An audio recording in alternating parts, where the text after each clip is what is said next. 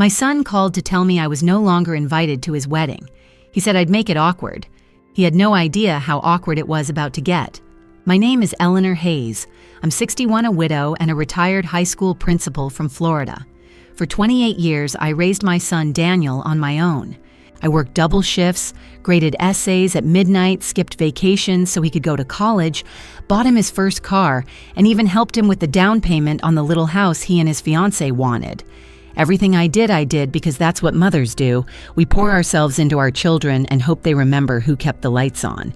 And in return, just 2 weeks before his wedding, I got a phone call that cut through me sharper than any reprimand I ever gave a student. "Mom," he said, "we need to talk." That tone, the soft, guilty one, I knew too well. "Lacey feels like your presence might make things awkward." I waited, thinking I'd misheard. Awkward? Why on earth would my being at my own son's wedding be awkward? He sighed. "She's nervous, Mom. She wants everything perfect, and you know how tense things can get. Maybe it's best if you sit this one out." That was the moment I realized perfection meant a wedding without the woman who raised the groom. I stayed quiet even as my throat burned. I said the only thing a mother could when she refuses to beg for her place in her own child's life. "Of course, sweetheart. I understand completely." His voice lightened, relieved. "Thanks, Mom. I knew you'd be reasonable." When the line went dead, the house was silent except for the ticking clock above the sink. I poured myself a glass of wine, stared at the wedding invitation pinned to my refrigerator, the same one I'd helped Daniel address because Lacey's wrist was acting up, and wondered when exactly love started to mean disappearing politely. I walked over, pulled that cream-colored envelope off the magnet, and tore it clean in half. The sound was small, but it felt like thunder. After 30 years of teaching teenagers how to recognize right from wrong, I suddenly realized I might have one more lesson left to give, this time to my own son. So I set down the wine glass, opened my laptop, and whispered to myself, "If the truth isn't invited, I'll send it an RSVP anyway." That was the moment I decided, instead of tears, I would choose the truth. The morning after that phone call, I dialed my sister Carla, the only person alive who could talk me off a ledge or push me right over it depending on her mood. She answered on the second ring, already suspicious. "What happened?" "You never call this early unless someone died." "Not dead," I said. "Just disinvited." There was a pause, then a shriek loud enough to startle my cat. "He uninvited you after you raised him alone. You'd better not bake cookies for that wedding Ellie bake chaos." That's Carla for you. The woman's blood type is probably caffeine and revenge. And to be honest, that morning I needed both. We didn't plan anything illegal, God forbid, but we did what two retired women with free time and reliable Wi-Fi could do best: observe. Lacey worked at a boutique marketing firm downtown, always posting stories about the grind and hustle culture. Funny thing though, her GPS tags kept popping up at the same coffee shop around the same time, always with the same tall man sitting across from her. Curiosity became suspicion when I noticed him in another post, different location. Same man, same smile. His name I soon learned was Matt Carson, a personal trainer who taught classes at a local gym. And according to Facebook, he had a wife and 2 kids. 3 days, 3 coincidental meetings. Once at the cafe, once at the gym, and the third time, well, that one was harder to explain away. It was a Thursday afternoon. I was parked across the street pretending to read while nursing an iced tea when I saw Lacey and Matt walk straight into an apartment complex together. Same building, same door, no hesitation. I pressed record. Call it instinct. Or maybe just decades of running school assemblies and documenting everything for the record. Don't ask how a 61-year-old widow knows how to edit in 4K. I used to make district presentations with transition effects that could make a grown superintendent weep. I didn't feel proud. I didn't feel victorious. Mostly, I felt tired. Because deep down, I already knew the truth. Lacey wasn't stressed about wedding perfection. She was stressed about getting caught. For months, she'd been rewiring my son's mind inch by inch, turning him against friends who didn't respect boundaries, convincing him I was too involved, reframing every gentle question I asked as criticism. I'd watched it happen like a slow-moving car crash, praying he'd wake up before impact. And then she cut me out completely. Women like Lacey thrive on control. They curate their lives like Instagram feeds filters on Truth Off. She believed she'd won. She thought no one would dare challenge her carefully crafted world. But she forgot one thing: I spent 30 years spotting liars in high school hallways. And this time, the liar wasn't a student, it was my future daughter-in-law. So yes, maybe I started this to protect my son, but the more I watched her play her game, the more I realized something else. Lacey wanted silence. I was done being silent. 3 days before the wedding, I sat at my desk surrounded by cables, coffee cups, and the quiet hum of my old laptop. The file on my screen was titled Wedding Truth Move. It contained 3 scenes, each one crystal clear. Lacey and Matt at the cafe heads, close her hand, brushing his arm. Lacey and Matt leaving the gym together, laughing like 2 teenagers with no curfew. And finally, Lacey and Matt disappearing into the same apartment for 2 full hours. Between those clips, I edited the text of her wedding vows, the ones printed on Daniel's invitation. To be loyal, to be honest, to be true. I watched the timeline play out, the irony almost poetic. When the video was ready, I created a new online identity, Grace Collins, wedding photographer for Honest Love.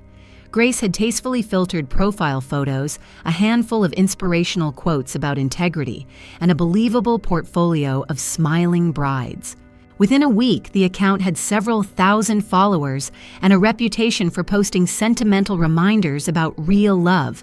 The teaser went live on Friday evening, a story every bride should see before saying, I do.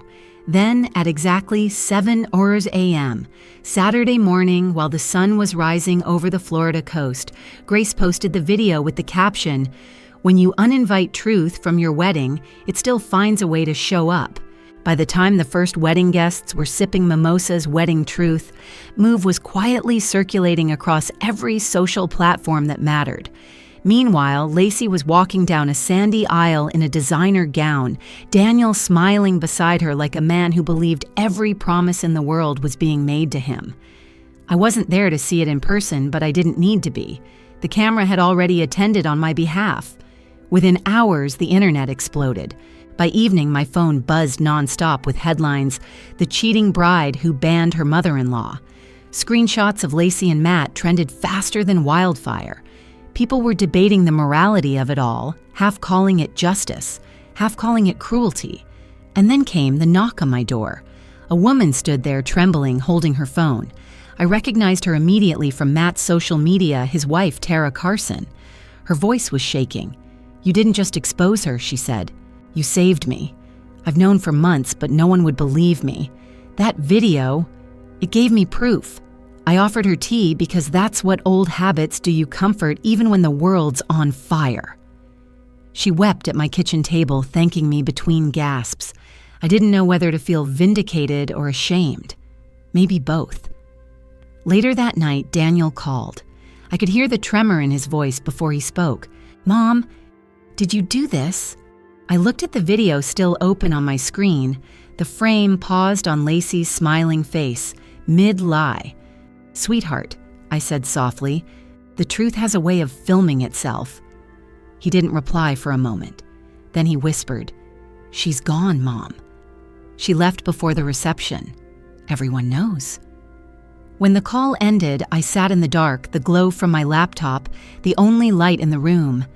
The world was finally seeing what I had seen all along. Lacey had built her fairy tale on lies. I just made sure the credits rolled on time. 2 days after the wedding, I heard a car screech to a stop outside my house. When I opened the door, Lacey stood there. No white gown, no ring, just tear-swollen eyes and a shaking voice. Her mascara had bled into thin black rivers down her cheeks. "You ruined my life," she said. I didn't even blink. "No, Lacey." I answered calm as if we were discussing the weather. "You ruined your own life. I just pressed record." She glared at me, her voice cracking. "You think you're some kind of hero? You think humiliating me in front of the world makes you right. I think showing the truth isn't the same as humiliation," I said. Her anger softened into confusion. "I loved Daniel," she whispered. I did, but Matt, he made me feel alive. Daniel's good, too good.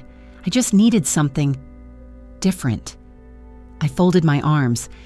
You needed honesty, not different. You can't build a life on adrenaline and lies.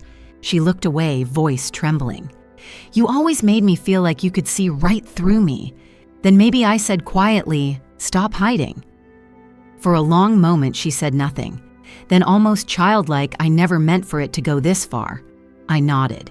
That's what everyone says when the truth finally shows up to collect its debt. By the next morning, the story had exploded beyond control.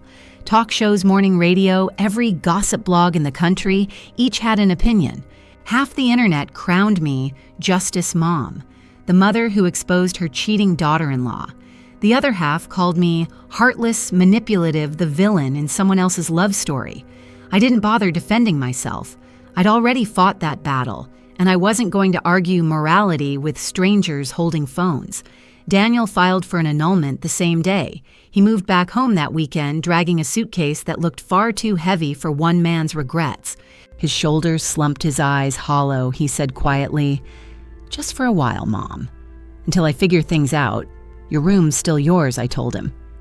That night, I made spaghetti, the meal he always asked for when life got hard. We sat at the kitchen table in the same seats we'd used since he was 12. The air smelled of garlic and old comfort. We ate mostly in silence, the kind that isn't awkward but healing. The kind that says we've both been through enough noise for one lifetime. When the plates were empty, Daniel set down his fork. His voice was soft, almost hesitant.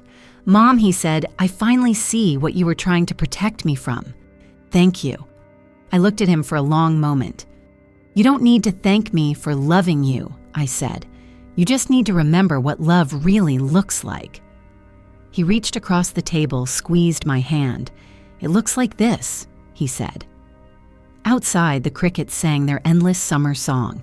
Inside, for the first time in years, we shared dinner without pretending, without fear, without lies. Just a mother and her son, finally at peace with the truth. 6 months later, peace finally found its way back into my home. The chaos had faded, the endless calls from reporters, the divided opinions online, the strangers who called me both a hero and a monster. The world had moved on to fresher gossip, and for the first time in years, I could hear myself think. Daniel had started therapy, something he once thought was for other people. I watched him soften little by little as he learned to forgive himself for falling in love with someone who only loved control. He talked about boundaries, about learning to listen to his instincts again, about not mistaking manipulation for care. And then one afternoon, he came home smiling, really smiling for the first time since the wedding. Her name was Rachel, a school counselor with kind eyes and a laugh that could warm up any room. She didn't wear a mask when she smiled, and she didn't flinch when I asked hard questions. She baked on weekends, loved old music, and treated my son like a person, not a project. Watching them together reminded me that not all love stories end in flames. Some quietly rebuild from the ashes. As for Lacey, she moved to California. I heard through a mutual friend that she joined a community program for women starting over, and that she'd begun therapy too. A month ago, she sent Daniel an email. It wasn't an apology exactly, but it was honest. She wrote that she was learning how to tell the truth to others and to herself. That she finally understood what she'd broken, not just in him, but in herself. I read the email once, then deleted it. Some things don't need to live forever. I don't hate her. I think she's proof that even the people who hurt us can change if they're willing to look at their reflection long enough. But forgiveness doesn't mean I'd ever let her back into our lives. Forgiveness, I've learned, is about setting the truth free, not inviting the lie back in. These days, I tell my story not to gloat, but to remind anyone listening of one simple truth. The truth doesn't destroy families. Lies do. For years, I believed love meant forgiveness at any cost. I thought patience was strength. But sometimes, real love means drawing the line between compassion and self-preservation. Sometimes it means protecting the people you love, even from the illusions they've built. If you've ever been silenced or made to feel unwelcome in your own life, please remember this. Your voice still matters, even if it trembles, even if it comes too late, even if it changes everything. The truth may hurt, but it also heals. So here I am, a 61-year-old woman who lost her seat at a wedding and found her voice instead. And if my story reaches even one person who needs to hear it, then it's worth every uncomfortable truth. Thank you for listening. If this story resonated with you, please like, share, and subscribe to Real Her Stories so no woman ever has to fight her battles in silence again. Because sometimes love's greatest act of courage is telling the truth. Oi.